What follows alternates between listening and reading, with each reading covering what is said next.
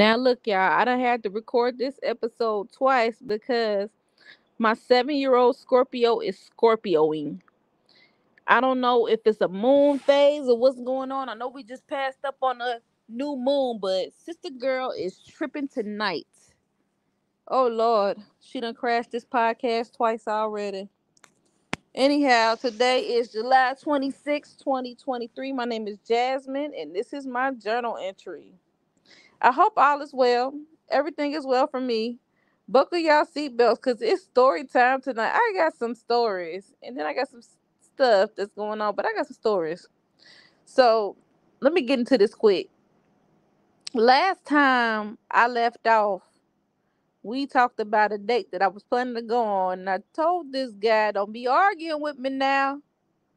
If you need a recap, you got to go back and watch the last episode. So Friday come. We go out. We go downtown. This last weekend was the Cincinnati Music Fest. A lot of people came out to Cincinnati. A lot of people were downtown.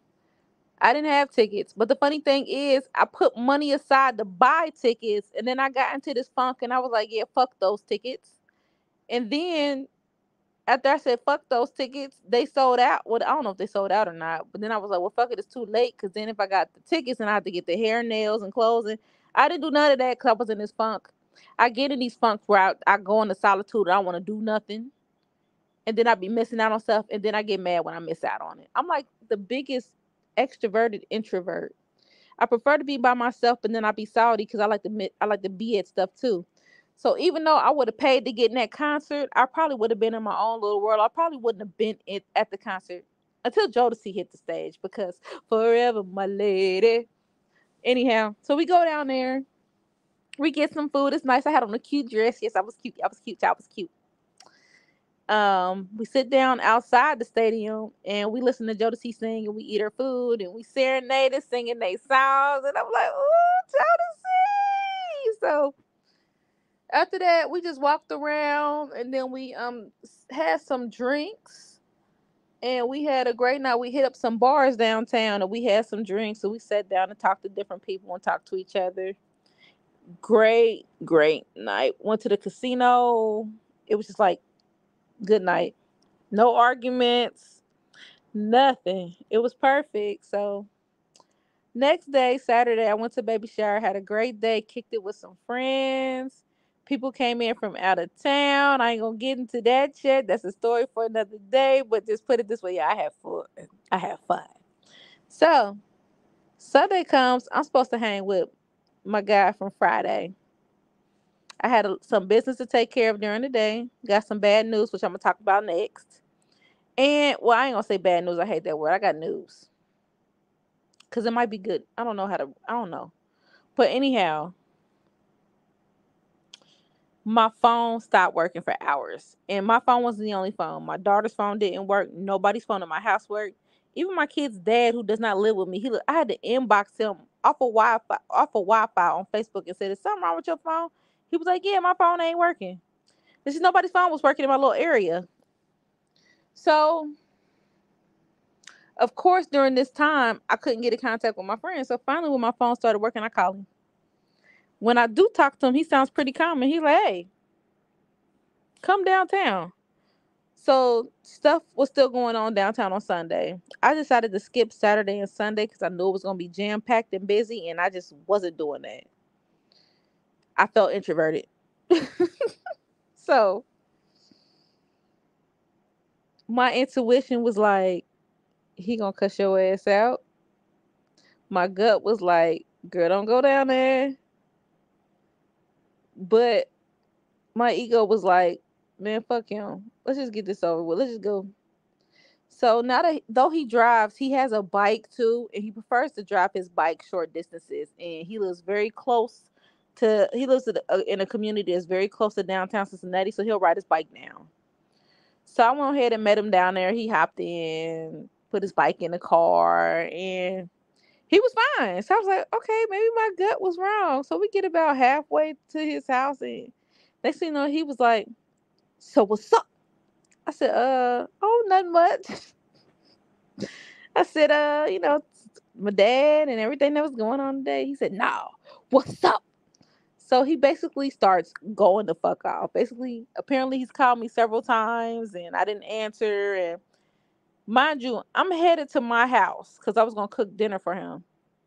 When I realized that he was pissed, I headed towards his house because he's not going to bring that energy to my house.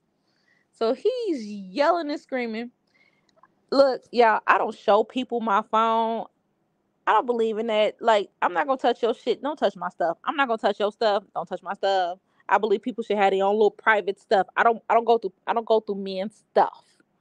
I don't want to stress myself. I ain't tracking locations. I ain't going through stuff. I ain't checking phone numbers, text messages, calling no females back. I'm not doing that. I'm too old.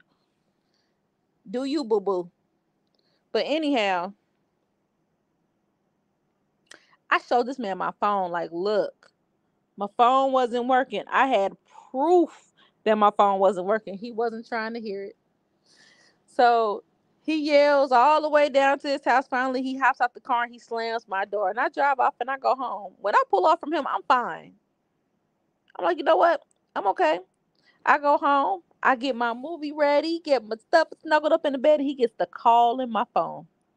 He done called me like 12 times. So finally, I answered like, hello? He wants to argue over the phone. By now, me being an introvert, I'm aggravated because now he done fuck with my personal time. Because the phone keep ringing. I'm trying to watch back episodes of Insect. No, I was trying to watch who they cloned Tyrone with Jamie Foxx and them on the TV. I'm trying to get into it because my son and all my family said, "Girl, you need to watch that," and I can't watch it because this fool calling me.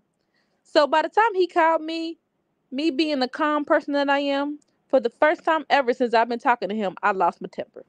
And I cussed his ass out. And he couldn't believe that I was talking to him like that. So he hung up on me.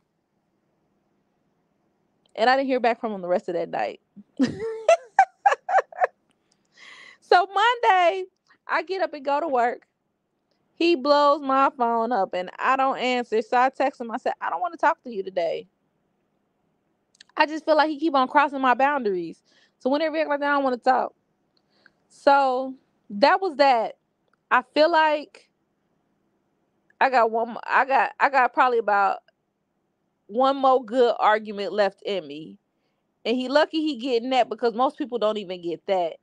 And it's okay if he listens to this because I've been very honest and transparent with him. So anything that I say to you guys, I have said to him. And on one hand, like, he is a wonderful guy. He will take care of you. He'll treat you. He attentive. He that type of guy that'll slow dance with you in the rain. Like, he that type of dude. He gonna play music for you. He gonna roll out the red carpet for you. He gonna do everything for you, but he cannot control his temper. And though I know he's not going to put his hands on me because I don't think he's ever really put his hands on a woman, the way he be yelling, it triggers my past trauma. And but so even though he's never put a finger on me, I respond like he gonna put a finger on me. Like, even when he was yelling, before I could think about it, it was just second nature for me to unbuckle my seatbelt because I'm driving. He yelling. Years ago, last motherfucker that yelled at me while I was driving stole on me, and I was stuck in the seatbelt, couldn't get out the seatbelt, and he stole on me. So I'm sitting here driving, he yelling. I unbuckled my seatbelt. I moved over a little bit towards the door, and as I was driving, I had my hand on that door handle because I was gonna hop out that car and run if he even tried to swing on me. I ain't had no weapons in the car. I was gonna hop out and run. But so even though he's never lifted a finger towards me, my defense mechanism, I feel like when somebody raise their voice at me, they gonna hit me. Especially when they yell like that. I'm like, okay, he about to hit me. And he hates that I do that. And y'all, I'm still healing. I'm still working on it. But if you yell at me somewhere in the back of my mind, subconsciously, I feel like you're gonna hit me. So I get in the fight or flight mode. So it's something I need to work on. But because of that, when I deal in relationships, I typically don't. I did raise my voice at him. I don't raise my voice at, people that I date. Cause I don't yell at my kids no more. I don't yell at people no more. So I don't yell. I don't argue. I ain't doing none of that. because I need some peace over here. But anyhow, that was that. That was the end of that. I also got some news that my sister she was diagnosed with cancer years back, and it got better, and I didn't know it came back, but it's back, and she doesn't have much longer to live. My kid's dad, this is his sister, but since I spent 14 years with him, I spent 14 years in his family. So we had birthdays, holidays, parties, a lot of stuff at her house. And she was the type of person during years when we couldn't get the girls nothing for Christmas. I mean, when she pull up, man, Cookie pull up. We call her Cookie. Cookie pull up with everything: Barbie houses, Barbie dolls, Barbie cars, clothes, shoes, anything my babies ever needed that I couldn't get. Cookie always got. So I've always had this strong amount of love and respect for her. So when I found out, at first she wouldn't let anybody see her, and I was like, oh my gosh, I got to see her. We hadn't really talked lately. I hadn't talked to her in a long time because, my kid's dad had moved on. He was in a relationship, and the young lady that he was dating, he would take with him to her get-together. So I didn't want to intrude by going. I just felt like it would cause issues. So I never got any personal time with, Cookie. So I wanted to go, and he was like, well, she don't want to see nobody. So I sent her a text and told her I love her. Her birthday was yesterday, the 25th. So I sent her a text, and I just told her happy birthday and I loved her so much. I pulled my car over while driving to work, and I got a little tearful. And I just prayed and I said, I have to see her. I'm going to see her. That's what I just put out in the universe, that I was going to see her. And she texted me back and she told me what hospital room she was in. So after work, I went there, we chatted, and we talked about like old times. We talked about my old relationship, but she said something to me that gave me closure, and it was the oddest thing. We was talking about how crazy my baby daddy is, because my baby daddy, he like 50, he ain't settling down no time soon. He probably got like 100 girlfriends. That fool ain't settling down. Shit, he had 100 girlfriends when he was with me. And me and her was laughing about it, like, and she's like, yeah, but she said something. She said, out the blue, she was like, I don't think he was the problem. She was like, my brother just doesn't want to settle down. And then she looked at me and she said, he should have married you. And I know to y'all that's nothing. You know what I mean? But for me, that was something, because at one point, I mean, not lately, but at one point, I really cared about what she thought about me. Because if you meet her, you'll understand. Like, she always had herself together. She was this strikingly beautiful woman with this long hair and this beautiful bright skin, soft clear skin. She could cook her butt off. Always kept a beautiful home. She was intelligent, so she was beautiful, intelligent, beautiful homes. Always cars. They driving in Range Rovers, Benzes, and all types of stuff like that. She kept her boys with everything. They had to let. They just had. She kept it together, and she did it by herself. But one thing I noticed is that she loved my kid's dad, her brother. She loved him very much. She was very protective of him, and she was very critical of anybody that was in his life. I'm pretty sure she's had a thing or two to say about me.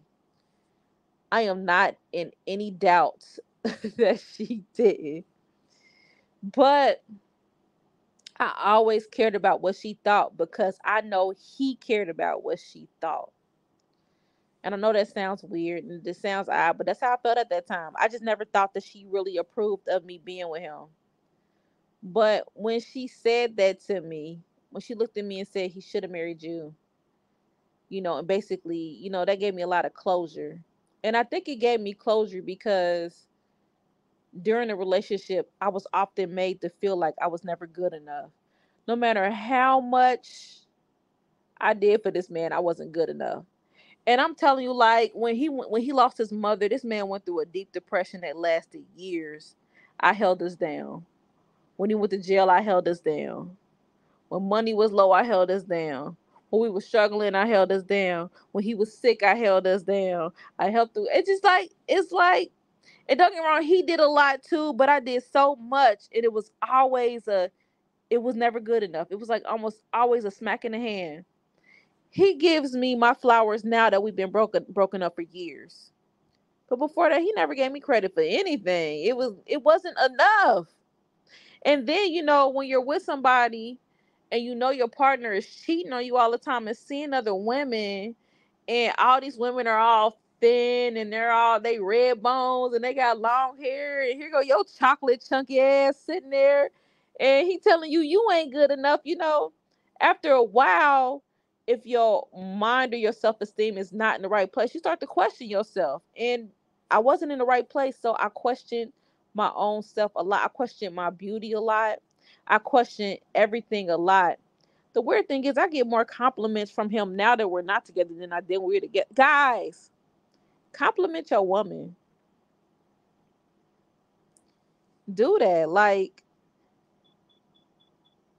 he used to tell me I was fat. He used to call me bald head because I had to cut all my hair out because I had lupus. It just, he wasn't very nice to me all the time. And I get more compliments now from him than I did back then, which is odd. Which is not odd because people usually don't appreciate things when they're in their face. Look, y'all, we had our good times, we had great times, but they weren't always great. We've done mean things and said mean things to each other. Our relationship. I know y'all hear me say a lot of great things about him too, but our relationship was very complex, and I do believe that two things can be true at the same time. A person like my friend that I've been dating lately. A person can be an excellent person on one hand, but they can also be cruel on the other. Hell, shit, I'm two-sided. I could be nice, but I'll cuss your ass out too. I could be fucked up too. I got my levels. I'm not gonna sit on here and act like I'm just this angel. I'm not. But anyhow, enough about me. Back to Cookie. So I talked to her, and something compelled me to ask her, can I pray over her? So this like a prayer that I do over people when I pray for them. By the way, yeah, I really enjoy praying, but I got a script that I stick to. It's usually an insert from Psalms, and then I'll, cite the Anabacoic. I'm still learning the Usnisa Vijaya, but when I learn that, I'll probably cite that more often too. But I'll say a prayer, toss some Anabacoics up in there. But I really enjoy praying for people. Um, I'll do it for free. I pray for people all day, every day. I just like to do it, and it's healing. So I held her hand and I prayed for her. When I got done, she looked at me. She's like, "That felt really good," and I said, "Thank you." And she said that she felt something go through the top of her head and down through her body. It was like a peaceful feel. So this is not the first time I heard this when praying for people, and I also noticed that when I'm praying or healing, especially children like that are hyper, when I hold them in my arms and I say my prayers, they calm down. They instantly calm down. Like I've been doing prayers and work on my son. And my son can't sit still. He 18 and he can't sit still. But I hold him in my arms like he's my baby and I'll say my prayer and he'll just instantly calm down. I was also told that my voice was soothing. I hate my voice, but apparently it changes when I pray. So this morning on the way to work, something came to me. And I was like, you know what? I really enjoy praying for people. I also got back into herbalism and I've been making my products again, but I just been giving them away. Like my pain relief ointment, my sleep oil, making things for people. I got a download from spirit to make something else. So I'm getting back into my herbals and I just really enjoy praying for people, and something different happened when I was praying for Cookie. Spirit gave me these words to say. So after I did my little regular prayer, Spirit gave me these words to say, and they poured out of me. And I never considered myself a great prayer. You go to church and they be praying, and some of their prayers you like, man, that was so beautiful. I wish I could do that. Well, I did that. I don't know how I did it, but the words just came out of my mouth. I don't even know where they came from. They just came out, and I felt I felt like it wasn't coming from me. But whatever words I used, I felt like she needed to hear them. And this morning on the way to work, I just knew, like, okay, I'm on to something, because I really enjoy praying for people, especially people that are ill and people that are passing. And the funny thing is, I ain't get on here and ask, for no miracle and say, oh, I pray that everything goes away and everything's going to be magically together. I just pray. I pray for things like guidance, because, when we pass away from here, we have to leave our bodies and go to wherever else we're going. I pray for guidance, for them to be guided in the direction they need to go to. I pray that they, alleviate themselves from any attachments, so that they can fly free, so they can be free of this earth and free of their bodies. I pray that they are forgiven for anything that they feel like they need to be forgiven for. But most importantly, I pray that they forgive themselves for anything that they feel like they haven't forgiven themselves for, so they don't have to be attached here. They can move on and be free.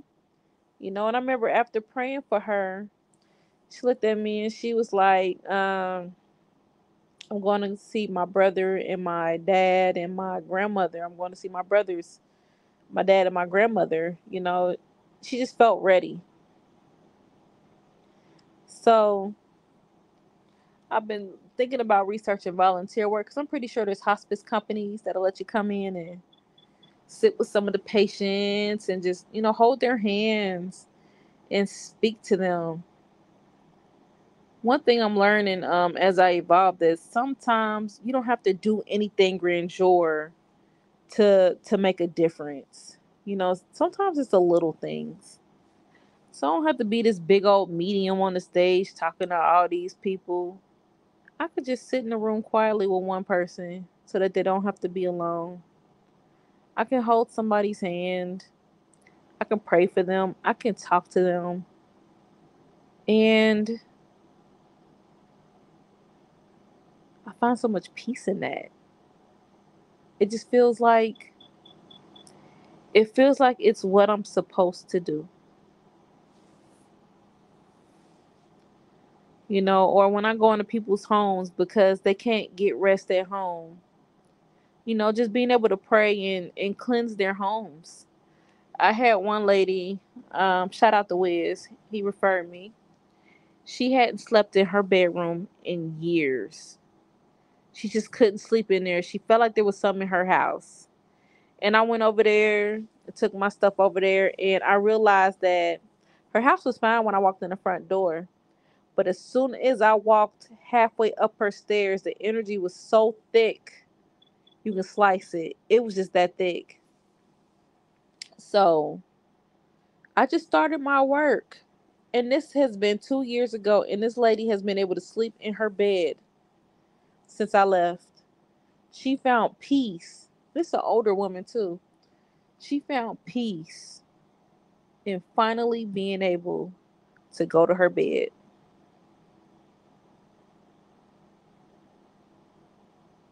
I love doing stuff like that. I like to heal people. That's why I became a nurse. I like to help people. I like to make people feel better, you know? Um, yeah, prayer is powerful, you know? Just speaking the words, and believing them and understanding them and feeling them from the heart. Prayer is powerful. You don't have to be religious to pray. I don't consider myself religious, but I do believe in a higher power or God or creator. And that's who I pray to, you know? Or sometimes I'll sit and talk to my ancestors. But prayers of gratitude, prayers of love, prayers of healing. It's just praying. Praying is powerful.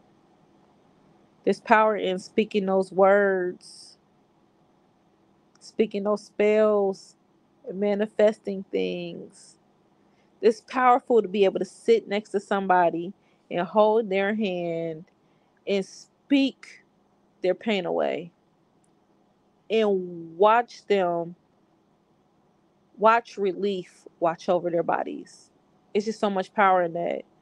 And I feel very passionate about it. You know, it's funny because I keep on trying to figure like, okay, exactly what am I supposed to do? What am I supposed to do? What am I supposed to do? Is it mediumship? Is it psychic work? Is it none of that? Is it nursing? I just worrying myself to death for what am I supposed to do? And honestly, everything is just kind of naturally coming to me. I didn't have to figure it out. I'll be guided when it's time. And the funny thing is that before all this happened, after I had took care of those little girls that were ill, I had already made a decision to start praying more because I realized that my healing power is in my prayer.